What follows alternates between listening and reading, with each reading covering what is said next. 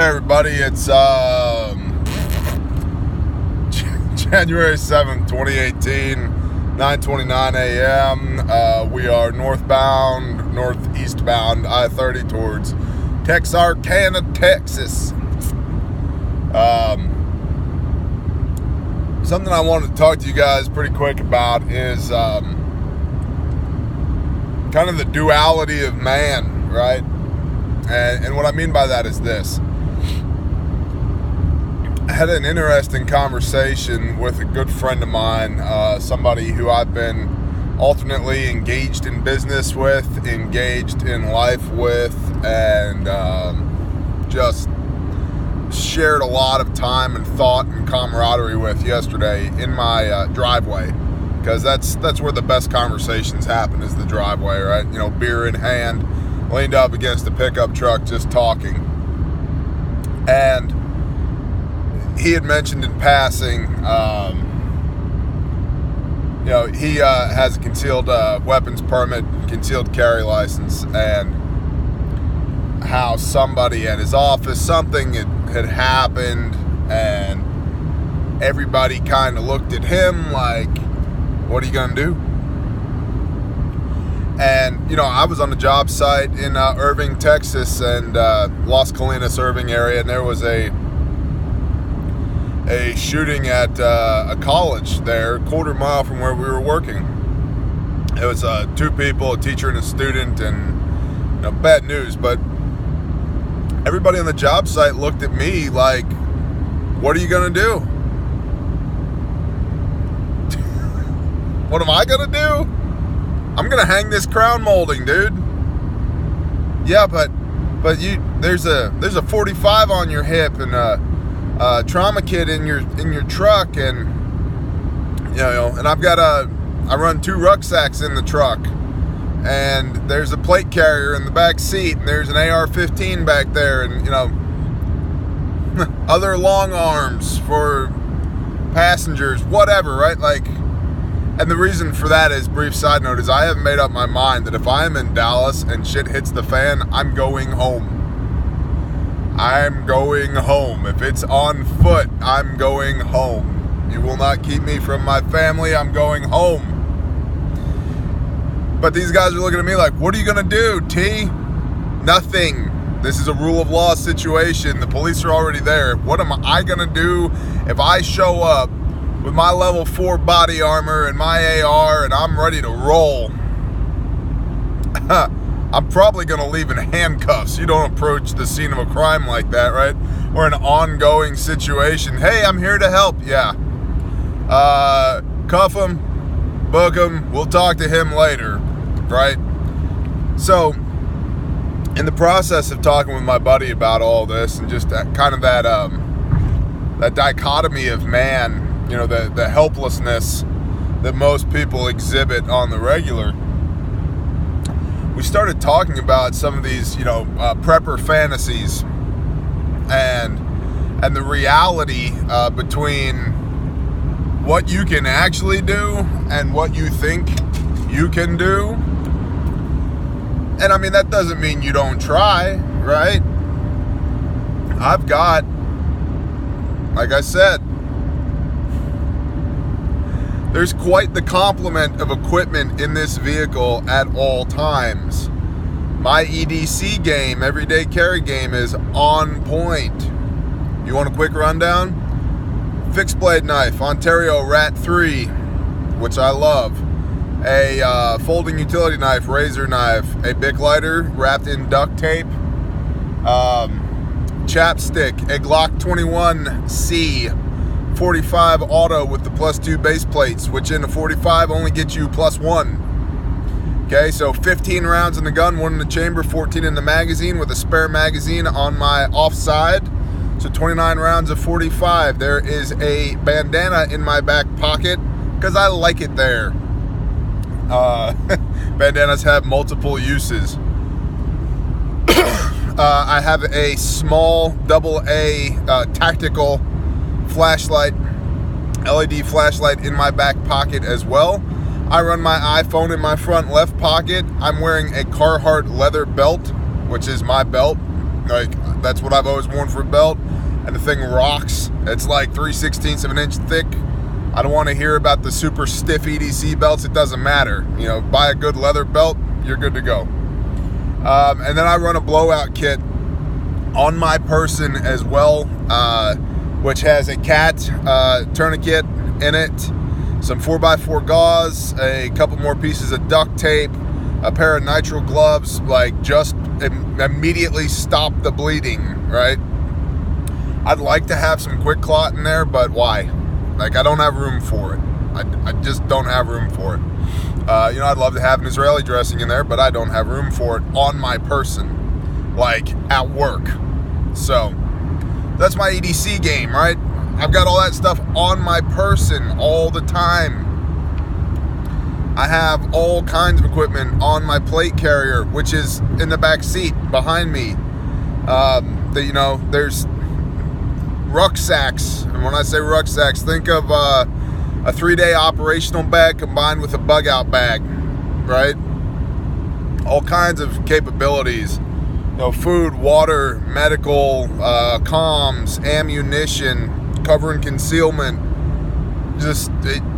everything you need. I have it on me right now, right? Right now. That's less than half the battle, okay? And I don't ever want to have to don that plate carrier because there are hostile rounds making their way in my direction, right?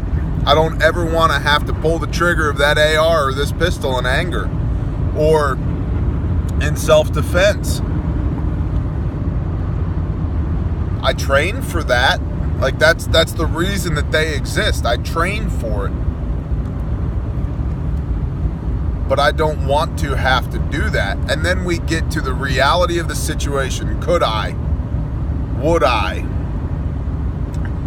There's a lot of mental masturbation in the prepping arena, right? In the prepping industry, because it's an industry designed to sell you gear that is designed to fill the gaps in your skill sets. Like, some of these EDC kits and the survival kits that are out there, if you can put together a survival kit for $25, I can promise you it's not worth it. Anything. Especially if you don't know how to use it. Like, there's over $1,000 worth of gear on my belt line right now. On my belt line. Okay? Just on my belt. The rifle in the back seat is $1,200. The plate carrier is another $1,000. Your survival kit for $25. Is it a good start? Yeah. Is it better than nothing? Yeah. But that $4 Chinesium knife that's in there is not going to do you any good. But there's this weird dichotomy, right? The duality of man. I will stand and fight if I need to, knowing full well I don't really want to. I don't want to have to do it.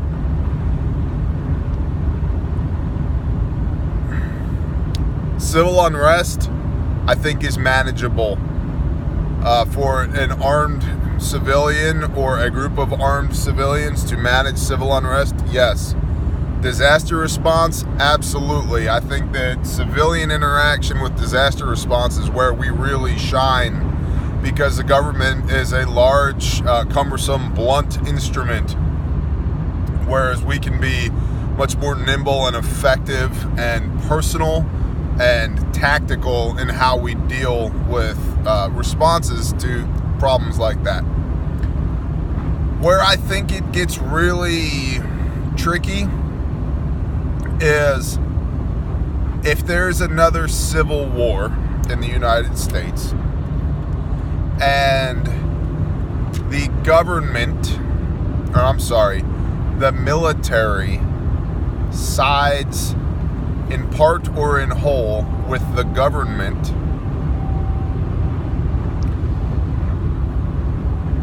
it's gonna get ugly. It's gonna get ugly. 1 could take my little town in North Texas off the map in an evening at 3 a.m. and you'd never even know. You'd never even know you were dead. You just never wake up again, right? You're gone. You can paint your face with some military surplus camo paint, put on your cool multicam gear, and squirt out into the woods and establish a fob, and be ready to, take the resistance to the government. And that is not going to help you at 4 o'clock in the morning when your heat signature pops up on forward-looking infrared and 30 millimeter depleted uranium round blows right through your chest, right? Body armor or not. It gets really tricky in that regard. It's one of the reasons that I absolutely hate the concept of gun control, because if you take that to its logical conclusion, the clamor is over me having a basically 22 caliber rifle that holds 30 rounds. It's a pea shooter. 5.56 is a pea shooter, right? Or whatever. Just, pick your battle rifle, your 308 battle rifle. Okay, that and body armor and silencers, you're worried about me having that. But you can deploy a drone equipped with Hellfire missiles against my position that I have no way to combat. You can deploy nuclear weapons against me and mine if you so choose. But God forbid I have a scary looking rifle.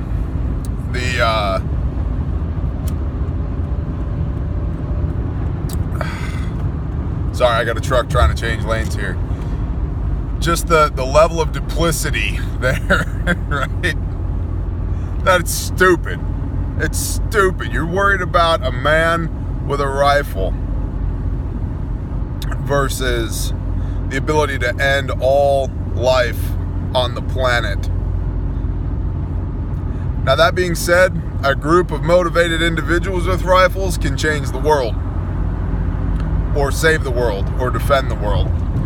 But I would just be really careful about these prepper dreams that we have embracing the end of the world as we know it, or a second American Revolution. I think things in Washington are completely dicked up. I don't know if you ever fix them. If you hire good people into a bad system, those good people are going to become bad. Or at the very least, they're not going to be able to get anything done. Meaning good representatives into Washington, D.C., they're still dealing with, just all the legacy politicians that are there. It's not going to happen. So, burn it to the ground and start over. Roger that. Just understand what you're talking about. That's a big deal, man. And I guess lastly, what I would say is I don't want to fight the government. I don't want to fight you. I don't want to fight MS-13. I don't want to fight the Crips, the Bloods. I don't want to fight cholera or Ebola or any. Rule of law is the bomb, right? I got a full stomach and a full tank of gas going 75 miles an hour in an operational vehicle with EMS, first responders, firefighters, police officers, aerial search and rescue, all available to me at the click of a button on a device that allows me to talk to the rest of the entire world because of rule of law. I don't want to have to fight anybody over anything. But if I do, if that fight comes, dear God, let it be in my time now, while I'm young enough and strong enough to do something about it so that it's not my kids' problem. Just be logical about your prepper fantasies. That's what I'm saying.